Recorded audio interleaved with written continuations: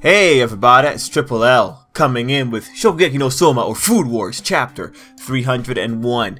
I am referencing the Viz Media translation of the chapter. Feel free to check it out. It's free on viz.com. Anyway, that aside, guys, man, I'm excited, man. That was a good chapter. Holy,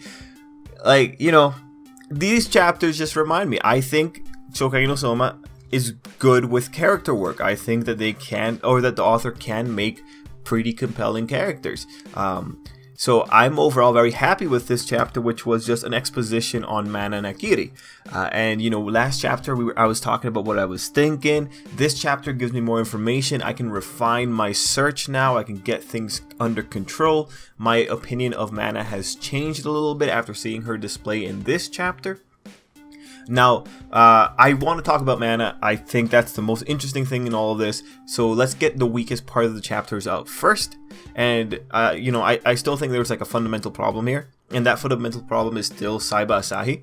I don't like this guy's role as a devil whispering in Erina's ear.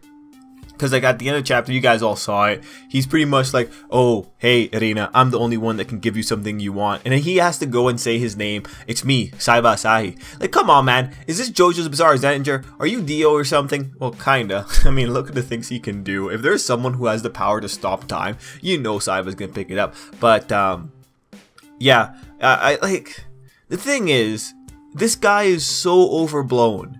Right? Like, this guy kidnapped Erina. This guy is a criminal. This guy had Erina in front of all his friends tied up. Like, come on.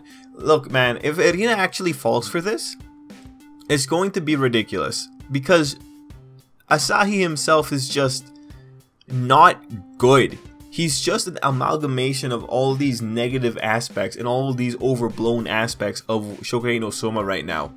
And it's just, if Erina falls for this, she is, well, like, to what degree is she, like, not morally compromised, right? Because when you look at it, she's falling in love with a kidnapper. Now, mind you, we could be saying Stockholm Syndrome. And if that's the case, then holy. But I really do hope that this is one of those times where Erina stays stubborn and does not deal with Asahi at all. I just think this is ridiculous. I just think he's a ridiculous guy. I think he needs to go down sooner rather than later.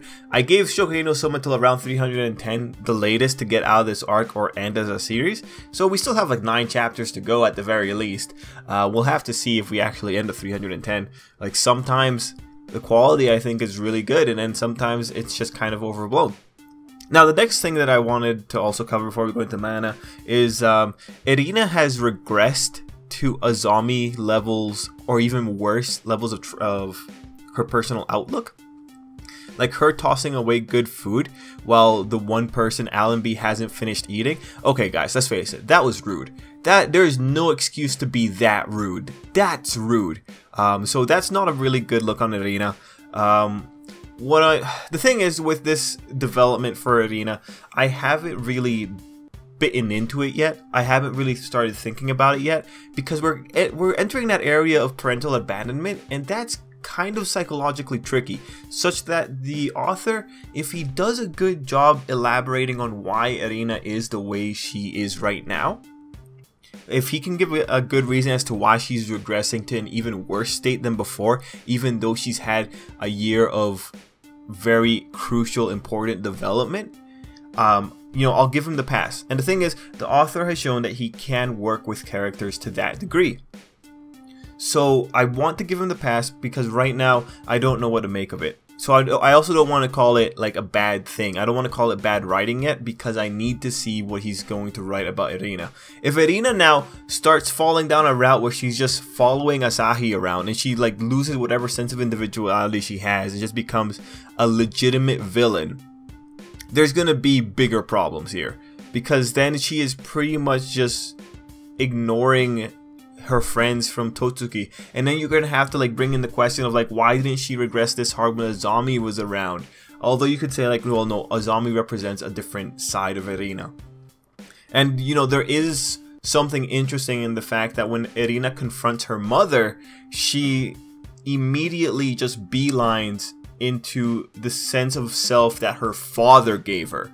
because when you look at it like that way, you could call it like, okay, Erina's going back to the Azami way of things because Azami was at least there for her during her childhood. Although, at that point, you wonder, why isn't she going back to her childhood with her grandfather, given that during that part of her childhood, she had Joichiro's influence coming in? So there's a lot of things going on here with Erina. I think she has, if we were to like try and explain it, tunnel vision. And she can't see the things around her because of the extreme stress. So we're going to have to see how the author is going to try to write this. One thing that I think is important to note, though, is that I think Erina wants to save her mother. Like, she really wants to prove that she can bring her mother back. Like, it's probably some kind of weird warped love dynamic. Like, she wants her mom back. But here's the reality. Erina's not going to be able to save her mother. And what we see in this chapter is kind of the proof towards that end, and that's why the spawn of Joichiro, though, those two are the ones that have the best shot here. So next up, let's talk about Soma's future here, because by the end of the chapter, we know that 2 days have passed. Okay, first off, I don't like it that 2 days have passed, because we know that Soma had his contest before Takumi, right? And then Asahi had his. What that tells us is that, you know, the competition is going on. We haven't seen Megumi do anything yet. That's also a really interesting little thing, that we got to see Takumi's next fight before we got to see Megumi's first fight. That's very, very interesting. But Soma's, if 2 days have passed, we have to assume that Soma has already had another competition. In that case, what I'm thinking is, it's very possible we might be heading into a situation where it's going to be Soma versus Asahi first, because those two are closer together in terms of the battles that were being unleashed. And I think Mana is going to be the kind of person that would put those two together if she wants to break the rules a little bit. But then we might have Erina versus Soma after that, which it's pretty monumental. I think this would probably be the best path here. I would greatly rather it be Soma versus Asahi and then Soma versus Erina, because there's a nicer sense of closure there. But if we get Asahi versus Erina first, it just, that doesn't make all that much sense, right? Because it was Soma and then Asahi right after. Of course, the author never showed us the tournament brackets, so he can get away with anything he wants because he's being so vague. And that kind of bothers me, because at that point, if you don't give us the information, we don't know what's going to be happening when, and we can't really expect anything. So if the author wants to pull some kind of weird trick, if he wants to just like try and get the most value out of this thing, the most suspense, the most excitement value, he's just gonna like move things around as he feels, depending on the advice of his editor. And I don't like that kind of mentality. I really would have loved it if the author had enough confidence to just show us the damn brackets. Like, he could get clever with it, but no, we're not gonna get that. So, you know, that's another issue with the tournament in general. It's too vague. They don't want you to know what's going on because the author needs to be able to like just pull whatever he wants whenever he wants. Anyway, I'm getting kind of heated there just because, you know, that's kind of bothering. It just kind of bothers me. Moving into Mana, because I think Mana is really interesting here. So, you know, last time we were trying, I was trying to like come up with ideas based on her character design. Now, what I'm seeing here definitely changes it. Also, guys, I'm not sure if I already mentioned it, but the channel currently has copyright strikes. That's why we only have one image on the screen. It's because I can't afford to have the channel go down, and the Shokugeki no Soma videos are the ones that Shueisha is finding for some reason. Anyway, yeah, Mana, super cool. So, you know, the big thing that I'm seeing here, like last time I was wondering, like, okay, why is she exorcised from the Nakiri family? What's going on there? And then when they're talking about her losing faith in flavor as a whole, I got it. It made sense. What happened with Mana, what I think it is, the woman, she lost the ability to use her god tongue properly. She like realized something about flavor that I think we got hinted at with Erina here. She realized something about flavor, and then she just can't stomach food, and because she can't stomach food, she like just exorcised her or exiled herself from the Nakiri family. I think it's a self-imposed exile because her pride's too high and because she doesn't feel like she's good enough for her family. I think that's what it is. And the reason that she's so just mean towards Erina, I bet it's because she understands that the God Tongue will only lead to destruction. I think that's why she's being so weird about this. Like, there's still a lot of like complex feelings going on with her though, because of, you know, she just can't be honest with her daughter. I think she still very much does love her daughter. This competition really does seem like it's the competition to find that incredible flavor so that her daughter can be satisfied and never have to use the God Tongue again. Yeah, I'm totally in this boat. I think Mana is a sympathetic villain here. I think she's doing things for the sake of her daughter. And man, look, the way that she's going after Erina here, the way that she's trying to beat her down, to me, that's saying that she really is attached to Erina. She really wants Erina out of there. And I think there's a lot of love behind that. Mind you, she's doing it in a very heavy-handed way because I just think she's kind of awkward. I don't think she's probably figured out how to handle her daughter very well. In her daughter, she probably just sees a younger her. And when we get the flashback scene, we do see that she kind of looks like Erina from the side. But yeah, with her daughter, I think she sees a younger her, and she really doesn't want that girl to go down the same road that she did. And in this chapter, we saw Erina throwing away the food, which I think is the sign of the destruction of the God Tongue. She can't be satisfied with what she's making. And then she's calling it a disgrace to the name of the God Tongue. It's just like, no man, you gotta calm down. This is probably exactly where your mother started, and you're on the way to not being able to stomach flavor. Which leads me to the big thing. I think one of the big reasons that Erina is not going to be able to ever make an otherworldly flavor, it's because Erina just doesn't do well with failure. Like, even here, she reaches a dish that she doesn't like, that she isn't satisfied with. And what does she do? She throws it away. She doesn't even reflect or ruminate on what exactly is going on with the dish, nor does she really appreciate her food.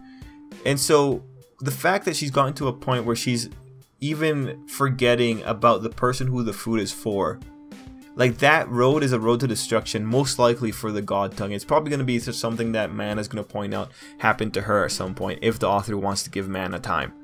But right now, I am definitely even more sure that Mana loves her daughter and that we're heading down into a reconciliation route, and that Erina has some severe abandonment issues. And she probably wants to prove herself to her mother, but she's not getting this. Yeah, I think Erina's already down the path of destruction. So now it's really going to turn into the Asahi or Soma is going to be the savior, and what we really want is Asahi to not be the savior, because that would just be annoying, and then it would sacrifice whatever sense Erina has left in her, unless the author can give us a bigger justification. So overall, I'm very excited about this. I think this was really good. I like Mana's characterization in this chapter. I like what we learned about her. I see this as a very angsty parent-daughter relationship, and I kind of want to see how this ends. But I really want Asahi out of there as fast as possible. Author, please, next chapter, please. I'm begging, man. Just give us the Soma versus Asahi. I don't need to see Megumi in all this. Like, honestly, I know that there's still that one guy that's left. The guy that calls Asahi master, and the Chinese Kempo guy. I know these guys are still there, but I don't need to see them. Please, oh please, just give me Asahi versus Soma. Please, sir. I'm begging. Anyway, guys, let me know what you thought down below. Until next time. I hope you have... Oh, no, wait. Also... we got to see flashbacks of just when Erina was happier, and we got to see Hayama versus all the other people, and that was cool. It's cool to know Kuga can still put Hayama in his place. It's cool to know that Alice got one over Hayama. That was cool, and I really enjoyed that. So good. Anyway, guys, yes, this time for realsies. Till next time, I hope you have an absolutely great day.